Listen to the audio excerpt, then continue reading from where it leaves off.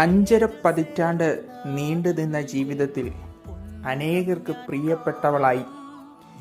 അവരുടെ സന്തോഷത്തിലും ദുഃഖവേളകളിലും അവരെ ചേർത്തു പിടിച്ച് ആശ്വാസത്തിൻ്റെയും പ്രചോദനത്തിൻ്റെയും വാക്കുകൾ പറഞ്ഞ് അവരെ ധൈര്യപ്പെടുത്തിയ ധീര വനിതയായിരുന്നു ഞങ്ങളുടെയെല്ലാം പ്രിയപ്പെട്ട സാലി ആൻറ്റി.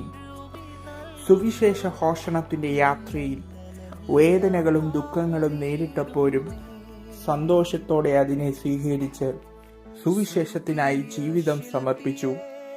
റവറൻ സാബു ആൻഡ്രൂസിനോടൊപ്പം ചേർന്ന് പ്രവർത്തിച്ച് പ്രവർത്തനങ്ങളുടെ പിൻബലമായി നിന്ന് അനേകരെ സമാധാനത്തിലേക്ക് നയിക്കുവാൻ സാധിച്ചു. തൽഫലം മൗണ്ട് താബോർ ചർച്ച് പുതുപ്പള്ളിയിൽ രൂപപ്പെടുവാനും അനേകർ അതിൽ നിന്ന് ആശ്വാസം പ്രാപിപ്പാനും കാരണമായി.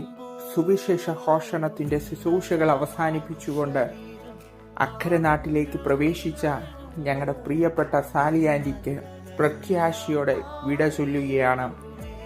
1000 വിശുദ്ധ ഗണങ്ങൾ ഉയർക്കുന്ന പൊൻപുലരിയിൽ വീണ്ടും കാണാം.